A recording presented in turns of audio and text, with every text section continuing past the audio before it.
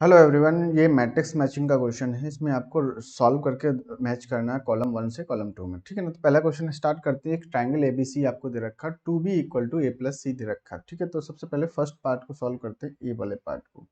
तो आप बताइए, आपको 2b equal to a plus C है और तीनों ट्राइंगल का sum a plus B plus 180 होता है। तो आप क्या करोगे, 3b हो जाएगा, राइट, और दैट इज 180। तो b का वैल्यू आपको मिल जाएगा 60 डिग्री। ये तो बात क्लियर समझ में आ गई सर, 60 डिग्री। ठीक है, बी का वैल्यू 60 डिग्री आ गया। अच्छा, बी का वैल्यू 60 डिग्री आ गया तो बी का उठा के यहाँ पे रखो, तो ए प्लस सी कितना आ जाएगा आपके पास। ए प्लस सी अगर आप चेक करोगे तो आ जाएगा 120 डिग्री। ये भी एक रिलेशन आपके लिए इंपॉर्टेंट है। अच्छा, अब आपको क्या दिया है, बी स्क्वायर इक्वल टू ए सी, ये गिवन है। ठीक है, तो इसको साइन रूल से बी को क्या लिखोगे, 2r साइन बी लिखोगे या के साइन बी लिखोगे। तो क्या लिखोगे, के स्क्वायर साइन स्क्वायर बी। ऐसे इसको लिखोगे के स्क्वायर साइन ए इंटू साइन सी। ठीक है, तो के स्क्वायर से के स्क्वायर कट जाएगा, साइन स्क्वायर बी हो जाएगा। तो साइन स्क्वायर बी की जगह क्या लिखेंगे, आप सोच के बताओ। साइन स्क्वायर बी की जगह सोचो, साइन बी का वैल्यू आपको पता है 60, तो साइन 60 √3/2, उसका स्क्वायर करें 3/4 आ जाएगा। ठीक है, थोड़ा फास्ट किया मैंने। तो ये आ जाएगा साइन ए इंटू साइन बी साइन सी। अच्छा, ये साइन ए और सी आ गया, क्लियर। अच्छा, ये क्या होता क्या है, इसका मतलब होता है, इसका मतलब होता है कि अगर मैं 2 का मल्टीप्लाई दोनों तरफ कर दूं, यहाँ पे भी, तो आ जाएगा 3/2। ये कितना हो जाएगा, cos A minus B minus cos A plus B. ये फॉर्मूला होता है 2 साइन ए साइन बी का, right. 3/2 equal to cos A minus B. A minus B मतलब बी नहीं है, यहाँ पे सी है, एक्चुअली एंगल है ना यहाँ पे। अच्छा, तो सी एंगल यहाँ पे रखते हैं सर, ये सी है, this is also C. Cos A minus C minus cos A plus C का वैल्यू 120 है, तो कॉस ऑफ 120। ठीक है, तो 3/2 equal to cos of A minus C. तो आप मेरे को एक बात बताओ, आप कितना वैल्यू आएगा ए माइनस सी का, ए 120 का।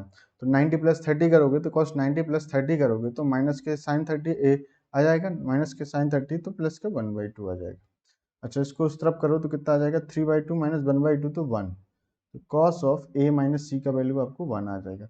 तो कॉस ऑफ ए माइनस सी मतलब कितने वैल्यू होता है जी, बताइए। कॉस ऑफ 0 का वैल्यू होता है, तो ए इक्वल टू आपका सी आ जाएगा, मतलब angle A equal to C आ गया। ठीक है, तो angle A equal to angle C आ गया।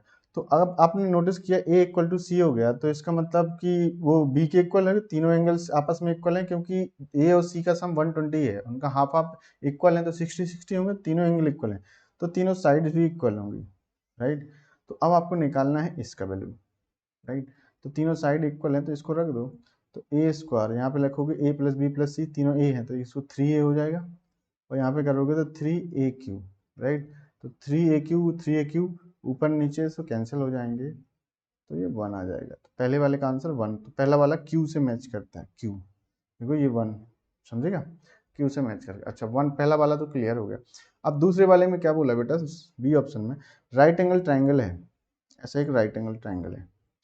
अगर मैं आपसे पूछूंगा जैसे ए बी और सी, तो ये 90 है, तो ये साइड ए होगा, तो ये मिड पॉइंट में इसका, ये मिड पॉइंट से, जैसे कि अगर मैं आर की बात कर, जो साइड होता है वो ट्वाइस ऑफ 2r होता है ना, जो हाइपोटेनस होता है ना, हाइपोटेनस के मिड के इक्वल सर्कम रेडियस होता है। ठीक है, अच्छा अच्छा, ये तो सर समझा। तो आप ए स्क्वायर प्लस बी स्क्वायर इसका वैल्यू बताओ, तो इसका वैल्यू यहाँ पे बता देते हैं, तो कितना आ जाएगा ए स्क्वायर। अब इसमें पाइथागोरस लगाओगे, ये बी साइड हो जाएगा, ये सी, बी स्क्वायर और सी स्क्वायर की जगह पे क्या ए स्क्वायर लिख दोगे, यहाँ पे इन दोनों का सम क्या, पाइथागोरस से ए स्क्वायर आ जाएगा, तो 2a स्क्वायर अपॉन में आर स्क्वायर। तो 2a का वैल्यू कितना आ जाएगा 4, तो 4r स्क्वायर इंटू में है जी, है ना, और अपॉन में आर स्क्वायर, तो आर स्क्वायर से आर स्क्वायर कर 8 आंसर, तो इसका 8 आंसर, तो ऑप्शन नंबर इसका मैच करेगा P. P is the answer, इसका बी वाले का पी आंसर हो गया, छोटा था जी वाला। अब बात करते हैं, ठीक है, आपको ए पता है 2, बी सी पता है 9, और आपको 2r डेल्टा का वैल्यू बताना है। तो मैं थोड़ा सा ये वाला पार्ट में टाल देता हूँ, है ना, यहाँ पे है ना, ये तो लिख लिया होगा आपने, थोड़ा सा यहाँ में टाल देते हैं। ठीक है, यहीं पे हो जाएगा, छोटा सा क्वेश्चन है, लास्ट वाले के लिए अपन नेक्स्ट पेज ले लेंगे। ठीक है, अच्छा जी, तो उसने बोला ए 2 है, बी सी आपका 9 है, 2r डेल्टा बताओ, सी ऑप्शन, 2r डेल्टा। तो 2r का वैल्यू क्या होता है, A B C upon 4 delta, और डेल्टा, डेल्टा से डेल्टा काट दो, इसको इससे काट दो, तो ए बी सी अपॉन 2, तो ए का वैल्यू कितना है आपको दे रखा 2, बी सी का वैल्यू 9/2, 2 से 2 काटो तो 9 आंसर आ जाएगा। तो सी का 9 आंसर आएगा, सी 9 मतलब एस, है ना। अच्छा, अब डी वाले को भी सॉल्व कर सकते हैं आप, देखो उसमें क्या लिखा, डी वाले में 3 cos c प्लस का 7 cos b ये लिखा है।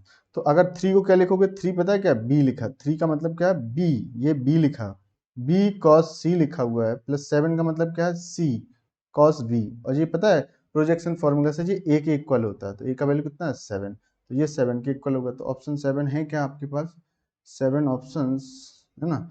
ये इसका आंसर, सॉरी 7 नहीं, क्या, ए का वैल्यू कितना है 5, 5 के इक्वल बात समझ पा रहे होंगे। तो 5 है, तो इसमें 5 ऑप्शन में आर, तो ये वाला आर के इक्वल।